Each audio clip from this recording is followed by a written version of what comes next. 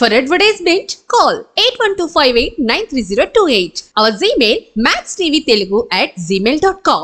నమస్కారం. Max TV భక్తి ఛానల్కి స్వాగతం.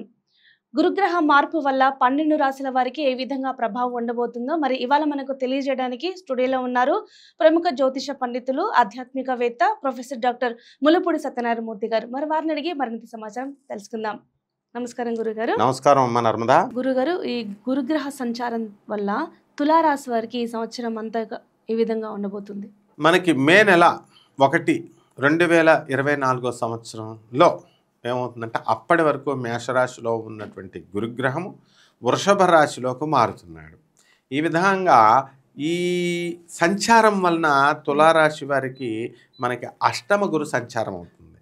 దానివల్ల వద్దంటే అప్పులు ఇస్తారు. మీకు ఇచ్చిన వాళ్ళందరి దగ్గర తీసుకోండి, ఏం పర్వాలేదు.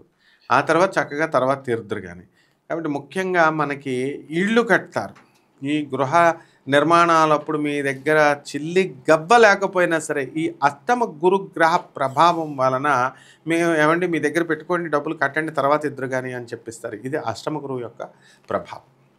నెక్స్ట్ ఏంటంటే ఈ సంవత్సరం అంతా కూడా తులారాశి వాళ్ళకి మీకు సాటిస్ఫాక్షన్ అనేది ఉండదు. ఎంత బాగా చదివిన స్టూడెంట్ అయినా సరే వాడికి ఇంకా చదవాలి అని ఉంటుంది. మరి ఆ ప్రతి విషయంలోనూ కూడా అసంతృప్తి అనేటటువంటిది ఈ తులారాశి వారికి కనబడుతుంది. ఇక్కడ ఈ తులారాశి వారికి షష్టమ స్థితిగతుడైనటువంటి రాహువు మనకి అక్టోబర్ నెల వరకు ఉండడము, ఈ మే జూన్ నెలల వరకు ఈ కుజుడు, ఆ తర్వాత ఈ యొక్క బుధ గ్రహాలు కూడా మీనరాశి సంచారం చేయడం వాళ్ళ ద్వారా మనకి ఏమవుతుందంటే శత్రువులపై ఆధిపత్యం, ఆ తర్వాత ఒక పని అవడం లేకపోతే మిగతా సమయాల్లో మనం వదిలేస్తాం. కానీ అసలు ఎందుకు వదిలేయాలి ఈ పని, నేను అందరికీ అవుతున్నప్పుడు నాకు ఎందుకు అవ్వదు అని చెప్పి మొండితనంతో మీరు పూర్తిగా ఆ పనిని పూర్తి చేయడానికి మీరు ప్రయత్నిస్తారు, సఫలీకృతులవుతారు. అదేవిధంగా కుటుంబంలో మరి పంచమ శని ప్రభావం వలన ఏమవుతుందంటే అనేకమైనటువంటి ఒడిదుడుకులు అనేటటువంటివి వస్తాయి. అలాగే పిల్లలు ఏదో ఒక తలపోటు తీసుకొస్తూ ఉంటారు. పిల్లల గురించి ఎక్కువ మీరు ఆలోచించి ఏదో ఒకటి వీళ్ళకు మెరుగైనటువంటి ఫలితాలు మనం ఇప్పించాలా, బాగా చదవాలా, వీళ్ళు బాగా వీళ్ళని స్థితపరచాలా అని చెప్పి మనం ప్రయత్నాలు చేస్తూ ఉంటాం. అయితే మీ యొక్క ప్రయత్నాల్ని పిల్లలు అపార్థం చేసుకోవడానికి అవకాశాలు ఉంటాయి. ఫిర్బీ మీరు ఏం చేయాలా, వాళ్ళు ఎలా చేసినా సరే మీ డ్యూటీ మీరు పర్ఫెక్ట్గా చేయండి, వాళ్ళ తప్పుల్ని మీరు సవరించడం మీ ధర్మం. అదేవిధంగా ఈ తులారాశికి 12వ ఇంట ఉన్నటువంటి కేతుగ్రహం వలన మీకు చాదస్తం పెరిగిపోతుంది. అంటే ఇప్పుడు ఇల్లుని మీరు శుభ్రపరుస్తారు, ఇప్పుడు పూజారం తుడుస్తారు, తుడిచిందే 4 సార్లు తుడుస్తారు, కడిగింది గిన్నెలే దేవుడి విగ్రహాలు 4 సార్లు కడుగుతూ ఉంటారు. ఈ విధంగా ఏమవుతుందండి, దేవుడి విగ్రహాలు అవన్నీ కూడా అరిగిపోతాయి, మీ ఎముకలు కూడా అరిగిపోతాయి. కాబట్టి అంత చాదస్తం అవసరం లేదమ్మా. అవన్నీ కూడా విగ్రహాలవి, దేవుడికి ప్రతిరూపాలుగా మనం పెట్టుకుంటాం.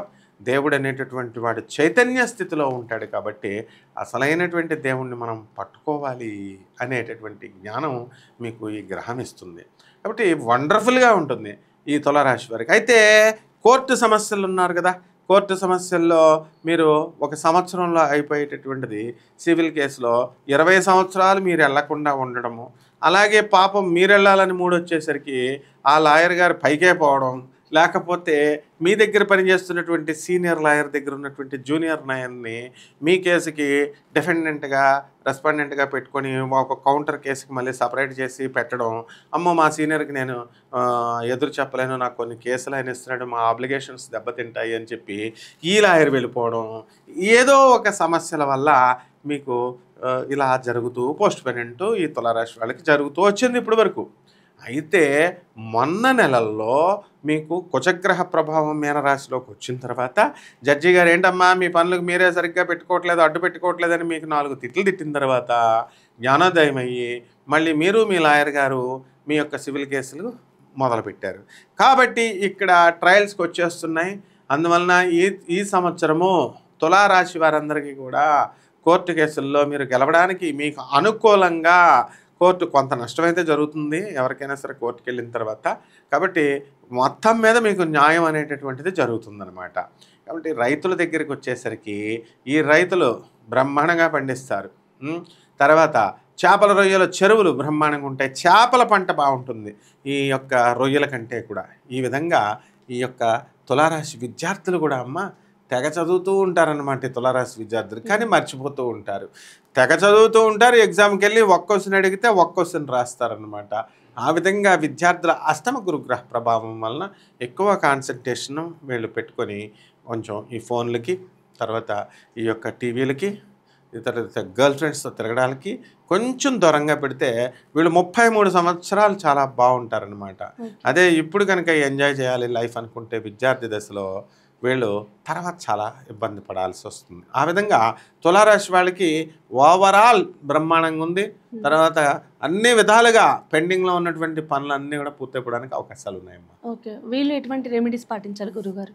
వీళ్ళు మరి గురుడు అష్టమ స్థానంలోకి వస్తున్నాడు కదా, అప్పులు ఇస్తున్నారు కదా అని తీసేసుకోమన్నాను కదా నేను. తీసేసుకుంటారు, మళ్ళీ తీర్చే దాన్ని మంచిగా ఉపయోగించుకోవాలి. అందుకని బాగా అప్పులు రావాలన్నా, మళ్ళీ వీళ్ళు తీర్చాలన్నా ఈ గురు జపం చేసుకోవాలా, గురు స్తోత్రాలు చదువుకోవాలా. గురువుకి కిలోంపావు శనగల్ని పసుపు రంగు వర్ణాన్ని ఉన్నటువంటి వస్త్రాలని పేద బ్రాహ్మణులకి గురువారం నాడు ఉదయం 6 గంటలకి దానం చేసుకోవాలి.